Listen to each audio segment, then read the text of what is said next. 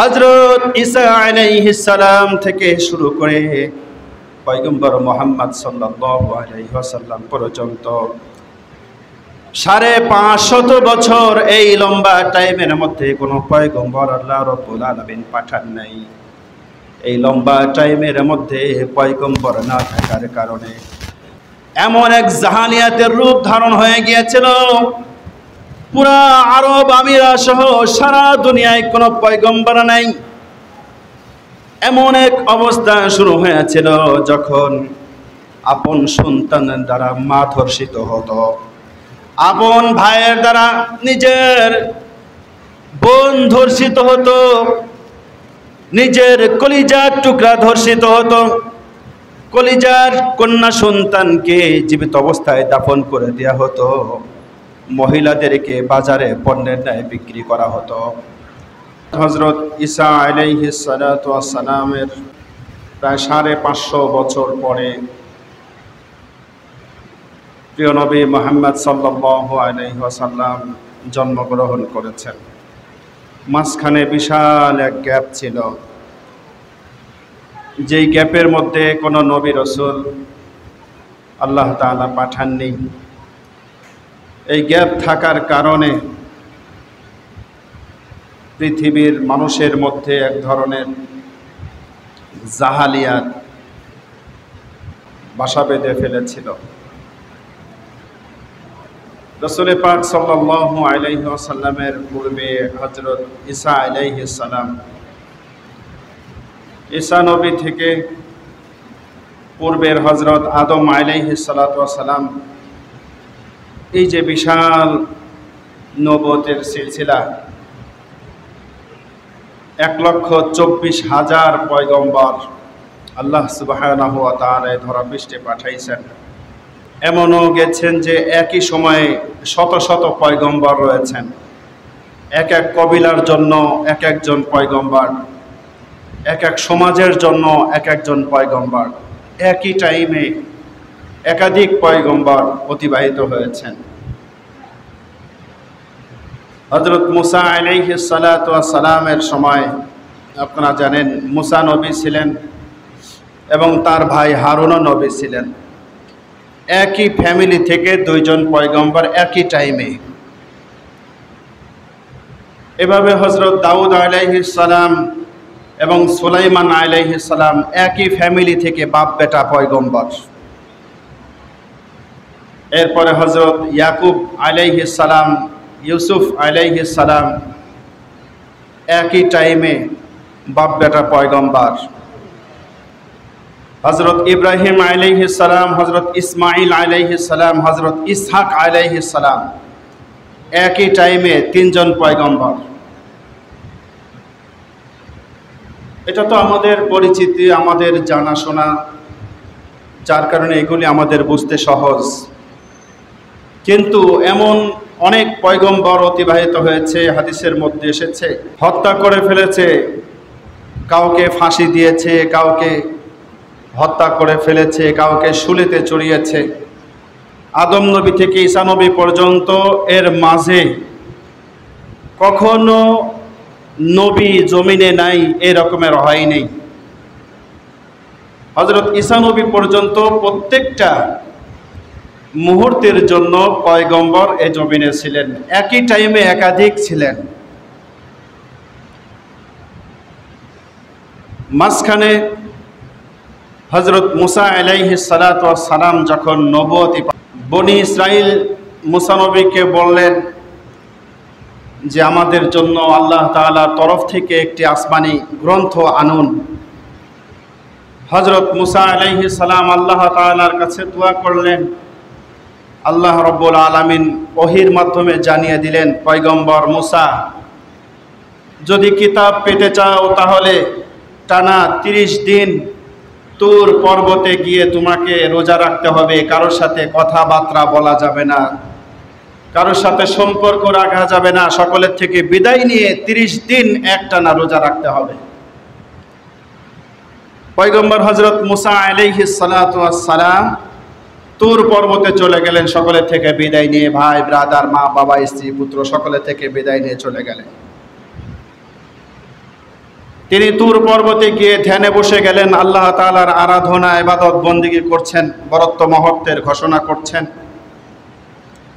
30 দিন পার হওয়ার পরে আল্লাহ তাআলার পক্ষ থেকে আবার ওহী আসলো, হে মুসা 30 দিনে যথেষ্ট নয়, আরো 10 দিন যোগ করে তোমাকে 40 দিন কমপ্লিট করতে হবে। সুবহানাল্লাহ। এদিকে বনি ইসরাইলের লোকজন তথা মুসা নবীর উম্মতেরা জানে যে মুসা নবী 31 দিনে তিনি চলে আসবেন, 30 দিন পর্যন্ত তিনি রোজা রাখবেন তুর পর্বতে, 31 দিনের মাথায় ফিরে আসবেন। তারা জানে না 40 দিন পর্যন্ত মুসা নবী তুর পর্বতে থাকবেন। এই যে 10টি দিন হযরত মুসা আলাইহিস সালাম অতিরিক্ত আল্লাহ তাআলার আরাধনা করবেন, এই 10টি দিন বনি ইসরাইলের মধ্যে ফিতনা শুরু হয়ে যায়। মাত্র কয় দিন একটু খেয়াল করে বলবেন? 10 দিন, মাত্র 10 দিন। যে 10 দিন তাদের মাঝে মুসা নবী নাই। 30 দিন মুসা নবী তাদের থেকে অনুমতি নিয়ে গেছেন, আর 10 দিন অনুমতি ছাড়া মুসা নবী তুর পর্বতে রয়ে গেছেন। দায়িত্ব দিয়ে গিয়েছেন হযরত হারুন নবীকে। যখন 31 দিন পার হইল, বনি ইসরায়েলের একজন ব্যক্তি বনি ইসরায়েল সম্প্রদায়ের মধ্যে ঘোষণা করে দিল যে আল্লাহর পয়গম্বর মুসাকে বন জঙ্গলের বাঘেটাকে খেয়ে গিয়েছে, এখন আর তার ইবাদত বন্দেগী করা লাগবে না, এখন আসো আমরা আমাদের মতন চলতে শুরু করি। হযরত হারুন আলাইহিস সালাম তাদেরকে ফিরাইলেন যে না, সাবধান, আল্লাহর পয়গম্বর মুসাকে কখনো বাঘে খেতে পারে না, যাকে নির্বাচন করেছেন স্বয়ং আল্লাহ। সুবহানাল্লাহ। 32 দিনের মাথায় ইয়া সামিরি, কোরআনের মধ্যে আসছে, সামিরি নামের একজন ব্যক্তি বনি ইসরায়েলের মাটি দিয়ে একটি বাছুরের মূর্তি বানাইয়া বনি ইসরায়েলের সামনে পেশ করলেন যে মুসা নবী নাই, এখন এই বাছুরের পূজা করতে হবে। বলেন নাউজুবিল্লাহ। হযরত হারুন আলাইহিস সালাতু ওয়াস সালাম বনি ইসরাইল সম্প্রদায়কে অনেকভাবে বুঝাইলেন, কিন্তু হযরত হারুন আলাইহিস সালামের কথা তারা শুনল না। হযরত হারুন আলাইহিস সালাম তাদেরকে যতই বোঝায় তারা ততই বেকা হয়ে যায়। বনি ইসরাইল সম্প্রদায় হারুন আলাইহিস সালামকে হত্যার হুমকি দিল যে হে হারুন, যদি আবার দ্বিতীয়বার আমাদেরকে বুঝাইতে আসো তোমাকেও হত্যা করে দেয়া হবে। হযরত হারুন আলাইহিস সালাম নিরুপায় হয়ে গেলেন।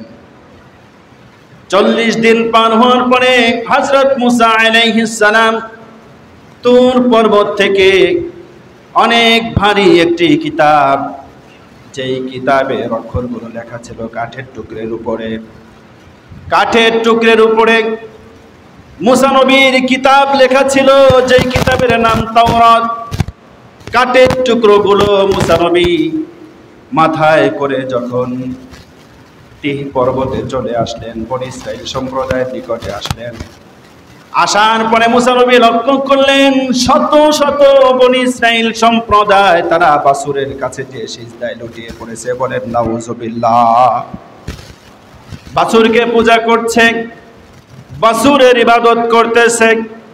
হযরত মুসা আলাইহিস সালাম এই অবস্থা দেখে অত্যন্ত কষ্ট পাইলেন। হারুন নবীর কাছে গেলেন, ডাক দিলেন, ভাই হারুন, কি অবস্থা, আমি আমার উম্মতকে তোমার কাছে রেখে গিয়েছি, অনেক কষ্ট করে আমার এই সম্প্রদায়কে ইসলামের ধাবিত করেছি। হযরত মুসা আলাইহিস সালাম রাগান্বিত হয়ে হারুন আলাইহিস সালামের দাড়ি মুবারক ধরে টান মারলেন। হারুন আলাইহিস সালাম মুসা নবীকে বললেন, ভাই হারুন, আমি তাদেরকে বুঝিয়েছি, কিন্তু তারা বুঝ মানে না, আমাকে হত্যার হুমকি দিয়েছে, আমি নিরুপায় হয়ে গিয়েছি। হযরত মুসা আলাইহিস সালাতু ওয়াস সালাম তাদেরকে জিজ্ঞাসা করলেন, কেন তোমরা এই বাছুরের পূজা করো? কার উস্কানিতে তোমরা বাছুরের পূজা করো? বনি ইসরাইল সম্প্রদায় বললেন, এই যে সামেরি আমাদের সামনে এই বাছুর পেশ করেছে, এই বাছুর কথা বলতে পারে, এই বাছুর নড়াচড়া করতে পারে, এই বাছুরের মধ্যে প্রাণ রয়েছে। লম্বা ইতিহাস আছে সম্মানিত ভাইরা। আমি যেটা বলতে চাই সেটা হলো, হযরত মুসা আলাইহিস সালাম মাত্র 40 দিনের আরাধনার জন্য তুর পর্বতে যাওয়ার পরে বনি ইসরাইল সম্প্রদায়ের মধ্যে যদি শিরকের সয়লাব পুরা বনি ইসরাইল সম্প্রদায়ের মধ্যে ছড়িয়ে যায়, যদিও তার মধ্যে নবী তখনও বিদ্যমান ছিল। হযরত ঈসা আলাইহিস সালাম থেকে শুরু করে পয়গম্বর মুহাম্মদ সাল্লাল্লাহু আলাইহি ওয়াসাল্লাম পর্যন্ত 550 বছর এই লম্বা টাইমের মধ্যে কোনো পয়গম্বর আল্লাহ রাব্বুল আলামিন পাঠান নাই। এই লম্বা টাইমের মধ্যে পয়গম্বর না থাকার কারণে মানুষের মধ্যে জাহানিয়াত, এমন এক জাহানিয়াতের রূপ ধারণ হয়ে গিয়েছিল, পুরা আরব আমিরা সহ সারা দুনিয়ায় কোনো পয়গম্বর নাই। এমন এক অবস্থা শুরু হয়েছিল যখন আপন সন্তানের দ্বারা মা ধর্ষিত হতো, আপন ভাইয়ের দ্বারা নিজের বোন ধর্ষিত হতো, নিজের কলিজার টুকরা ধর্ষিত হতো, কলিজার কন্যা সন্তানকে জীবিত অবস্থায় দাফন করে দেওয়া হতো, মহিলাদেরকে বাজারে পণ্যের ন্যায় বিক্রি করা হতো। সামান্য একটু ব্যাপার স্যাপার নিয়ে যুগের পর যুগ রক্তক্ষয়ী যুদ্ধ চলতে থাকতো। এক কথা, এমন কোন অন্যায় অনাচার অত্যাচার ছিল না যেই যুগের মানুষ করত না।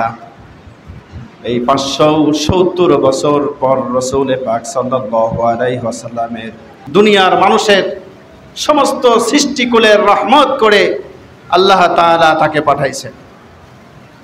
সেই প্রিয় নবী মুহাম্মদ সাল্লাল্লাহু আলাইহি ওয়াসাল্লাম আমাদের কাছে একটি গ্রন্থ দিয়ে গিয়েছেন, ঐশী গ্রন্থ আল কোরআন। আল্লাহ তাআলা বলছেন, হুয়াল্লাযী আরসালা রাসূলাহু বিল হুদা ওয়া দীনিল হক লিইয়ুযহিরাহু আলা দ্বীনি কুল্লিহি ওয়ালাউ কারিহাল মুশরিকুন। প্রিয় ভাইরা, আল্লাহ তাআলা বলছেন, হে নবী, আমি আপনাকে এমন এক রসুল করে পাঠাইলাম, আরসালা রাসূলাহু বিল হুদা ওয়া দীনিল হক, সত্য দিন সহ আমি আপনাকে পাঠাইলাম, যেই দিন অন্য সকল দিনের উপরে বিজয় লাভ করবে। সুবহানাল্লাহ। যদিও কাফের মুশরিকরা এটা অপছন্দ করে, তবু এটা বিজয় লাভ করবে। সেই কোরআন, সেই ঐশী গ্রন্থ আজ আমাদের অন্তরকে তাজা করে না, আমাদের অন্তরের মধ্যে কম্পন সৃষ্টি করে না। আজ কোরআনের শিক্ষা আমাদের মধ্যে নেই, সেই কোরআন আমরা পড়তে পারি না, এটা অত্যন্ত দুঃখের বিষয়। সম্মানিত ভাইয়েরা, আমি আপনাদেরকে অনুরোধ করব, এই কোরআন শিখুন, কোরআন ধরুন, কোরআন অনুযায়ী জীবন গড়ুন, দেখবেন আপনার সব কিছু সুন্দর হয়ে গেছে। আল্লাহ তাআলা আমাদেরকে কোরআন শিখবার, কোরআন অনুযায়ী জীবন গড়বার তৌফিক দান করেন, সকলে বলে আমিন। রাসূল পাক সাল্লাল্লাহু আলাইহি ওয়াসাল্লামের সুন্নাহ অনুযায়ী আমাদের জীবনকে সাজাবার তৌফিক দান করেন, সকলে বলে আমিন।